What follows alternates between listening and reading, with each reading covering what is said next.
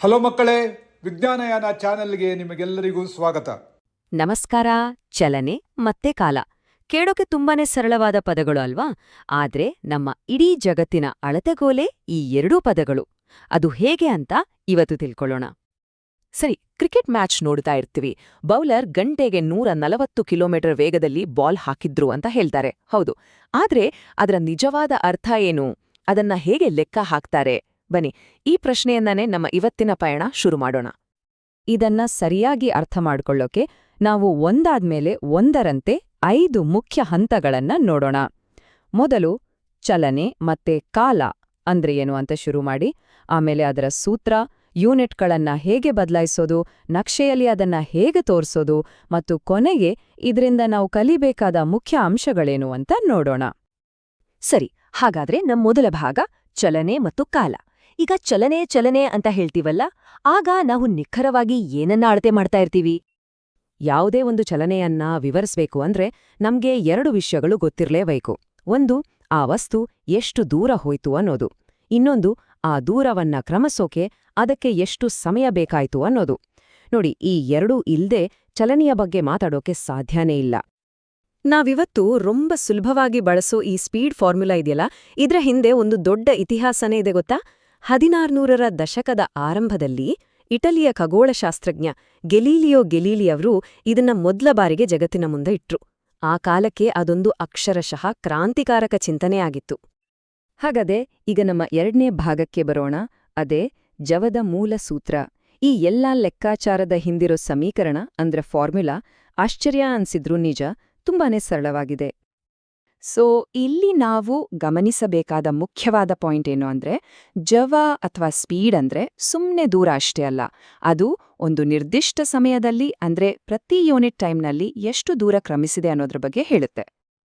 ಈ ಸಂಬಂಧವನ್ನ ನೋಡಿ, ಈ ಒಂದೇ ಒಂದು ಸರಳ ಸೂತ್ರದಲ್ಲಿ ಎಷ್ಟು ಚೆನ್ನಾಗಿ ಹಿಡಿದಿಡ್ಬೋದು.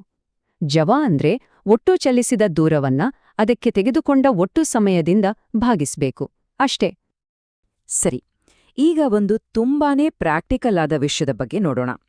ಸ್ಪೀಡ್ನ ಬೇರೆ ಬೇರೆ ಯೂನಿಟ್ಗಳನ್ನ ಅಂದ್ರೆ ಏಕಮಾನಗಳನ್ನ ಒಂದ್ರಿಂದ ಇನ್ನೊಂದಕ್ಕೆ ಹೇಗೆ ಬದಲಾಯಿಸೋದು ಅಂತ. ಯಾಕಂದ್ರೆ ವೈಜ್ಞಾನಿಕ ಲೆಕ್ಕಾಚಾರಗಳಲ್ಲಿ ಇದು ತುಂಬಾನೇ ಮುಖ್ಯ ಆಗತ್ತೆ. ಸಾಮಾನ್ಯವಾಗಿ ನಾವು ಸ್ಪೀಡ್ ಅಳೆಯೋದನ್ನ 2 ರೀತಿಗಳಲ್ಲಿ ನೋಡ್ತೀವಿ ಅಲ್ವಾ?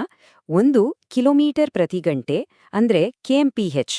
ಇದನ್ನ ನಾವು ಕಾರು, ಬಸ್ಸು, ಸ್ಕೂಟರ್ಗಳ ವೇಗ ಹೇಳೋಕೆ ಅಂದ್ರೆ ದೊಡ್ಡ ದೂರಕ್ಕೆ ಬಳಸ್ತೀವಿ.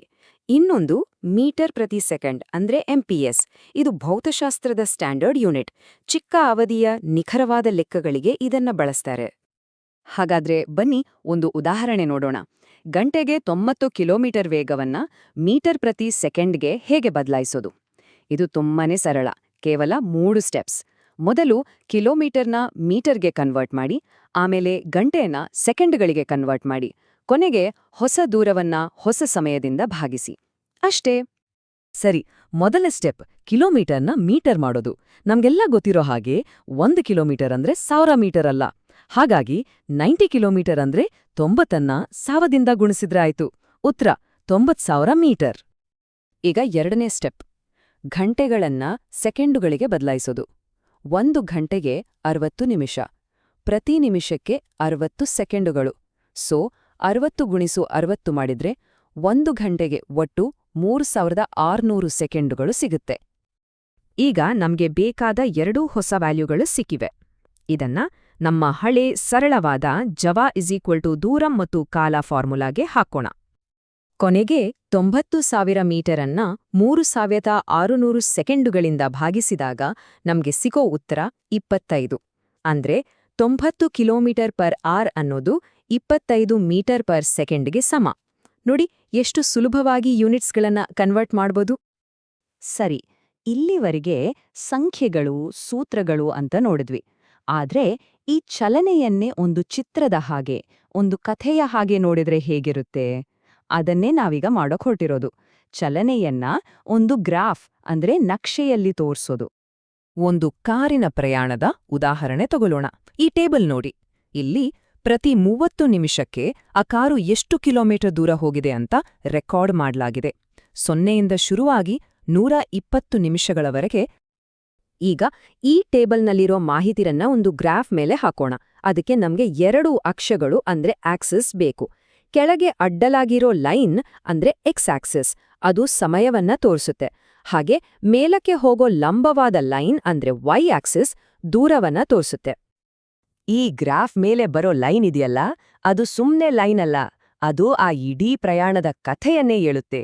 ಇಲ್ ನೋಡಿ, ಈ ಲೈನ್ ಏಕ್ದಮ್ ನೇರವಾಗಿದೆಯಲ್ವಾ? ಇದರ ಅರ್ಥ ಏನ್ ಗೊತ್ತಾ? ಕಾರಿನ ವೇಗ ಸ್ಥಿರವಾಗಿದೆ ಅಂತ.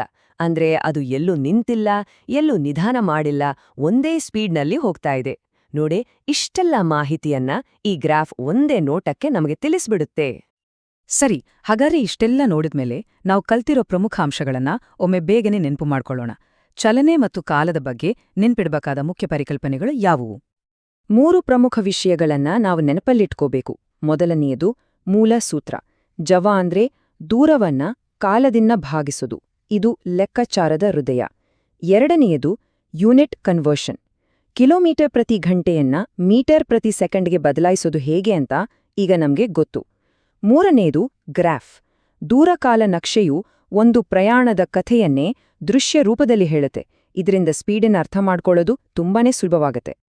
ನೋಡಿ, ಚಲನೆಯನ್ನ ಅಳೆಯುವ ಈ ಒಂದು ಸಾಮರ್ಥ್ಯ, ಇದು ಗ್ರಹಗಳ ಚಲನೆಯನ್ನ ಪತ್ತೆ ಹಚ್ಚೋದ್ರಿಂದ ಹಿಡಿದು ಒಲಿಂಪಿಕ್ಸ್ನಲ್ಲಿ ಅಥ್ಲೀಟ್ಗಳ ಸಮಯವನ್ನ ಅಳೆಯೋವರೆಗೂ ಎಲ್ಲವನ್ನೂ ಬದಲಾಯಿಸಿದೆ. ಹಾಗಾದ್ರೆ ಕೊನೆಯದಾಗಿ ಒಂದು ಪ್ರಶ್ನೆ. ಈ ಒಂದು ಸಣ್ಣ ಕೌಶಲ್ಯ ನಮ್ಮ ಇಡೀ ಜಗತ್ತನ್ನೇ ಮೂಲಭೂತವಾಗಿ ಹೇಗೆ ಬದಲಾಯಿಸಿರಬಹುದು? ಒಮ್ಮೆ ಯೋಚಿಸಿ ನೋಡಿ. ಈ ವಿಡಿಯೋ ನಿಮ್ಗೆ ಇಷ್ಟ ಆಯ್ತಾ? ಹಾಗಾದರೆ ಲೈಕ್ ಮಾಡಿ, ಸಬ್ಸ್ಕ್ರೈಬ್ ಮಾಡಿ. ಸಿಗೋಣ ಮತ್ತೊಂದು ವಿಡಿಯೋದಲ್ಲಿ. ಬಾಯ್ ಬಾಯ್.